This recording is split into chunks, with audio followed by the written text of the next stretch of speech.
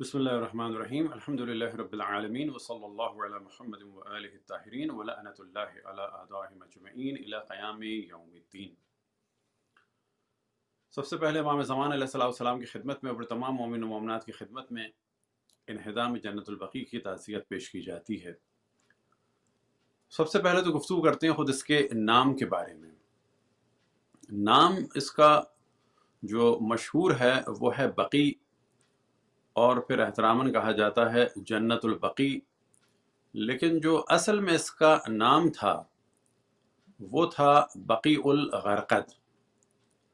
بقیع کہتے ہیں کشادہ جگہ کو، یا بالفاظ دیگر کوئی میدان، اور صحیح۔ غرقد ہے ایک پودے کا نام کہ جو خضرا قسم کی بیابان کی جھاڑیاں ہیں جو عام طور پر سرسبز رہتی ہیں اور کسی قسم کی ان کو کیئر کی ضرورت نہیں ہوتی، اور اس میں پتے نکلتے رہتے ہیں۔ اب یہ سمجھ لیں، مثال دینے کے لیے وہ کہ غرقد کا قد چھوٹا ہوتا ہے، جیسے کہ ہمارے ہاں پاکستان میں اندرون سندھ وغیرہ کیکر کی جھاڑیاں، تو یہ بھی کانٹے والی ہیں، کیکر بھی کانٹے والی ہے، لیکن کیکر کے درخت ذرا بڑے بھی ہو جاتے ہیں، لیکن وہ خضرو ہیں اور ہمیشہ سرسبز رہتے ہیں اگر آپ نے دیکھا ہو کیکر کو، اور بیابان ٹھیک میں ہے۔ اور جہاں پر پانی نہیں ہوتا وہاں پر وہ اگتے ہیں، اور جانوروں کے لیے اچھی چراگاہ بن جاتی ہیں جہاں پر بھی کیکر ہوتی ہے۔ تو یہ بھی بالکل صحیح۔ اسی طرح سے چیز تھی کہ یہاں پر بڑی تعداد میں درخت تھے غرقد کے۔ اب ظاہر ہے کہ وہاں پر بیج گرتے ہوں گے اور وہ ہمیشہ وہاں پر ایک سلسلہ رہتا تھا غرقد کا، تو مدینہ والوں کی یہ اچھی بڑی چراگاہ بن گئی تھی، اور اس کا ترجمہ کیا جا سکتا ہے کہ غرقد والی چراگاہ، کہ جہاں پہ غرقد کے پودے ہیں۔ صحیح۔ تو یہاں پر مدینے والوں کے عام طور پہ اونٹ وغیرہ اور دیگر جانور جو اس زمانے میں بھی رواج تھا چھوڑ دیے جاتے تھے، تو وہ یہاں پر آ کر چرا کرتے تھے۔ جب رسول صحیح۔ اللہ صلی اللہ علیہ وآلہ وسلم اللہم ہجرت صلی کر اللہ علیہ کے وسلم۔ مدینہ تشریف لائے، تو اس وقت تک یہ ایک اسی چراگاہ کی صورت میں تھی۔ جب آپ تشریف لائے تو آپ نے اسے مسلمانوں کے قبرستان کے طور پر منتخب فرمایا۔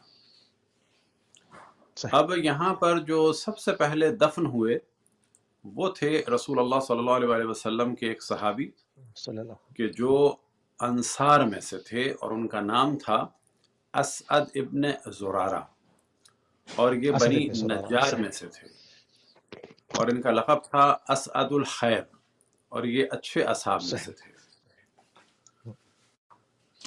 اور ان کو رسول اللہ صلی اللہ علیہ وآلہ وسلم نے بنی نجار پر اپنا ایک طرح سے نقیب بنایا ہوا تھا، لہٰذا ان کو نقیب النجار بھی کہا جاتا ہے، اور بعض دفعہ ان کو نقیب النقبہ بھی کہا گیا، کہ شاید یہ اور قبیلوں کے جو ایک طرح سے انچارج بنائے ہوئے تھے رسول اللہ صلی اللہ علیہ وآلہ وسلم نے، تو یہ ان پر بھی انچارج تھے۔ صحیح۔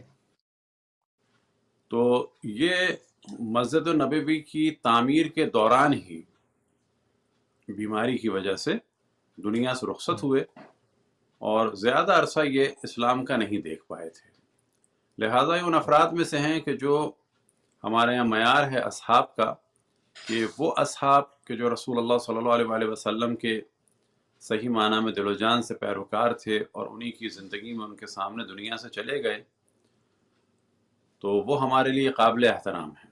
لیکن اگر وہ زندہ رہتے اور بعد میں مولا علی کے تابعدار ہوتے تو وہ ہمارے لیے قابل احترام ہیں، لیکن اگر مولا علی کے دشمن ہوتے تو پھر وہ ہمارے لیے قابل احترام نہیں ہیں۔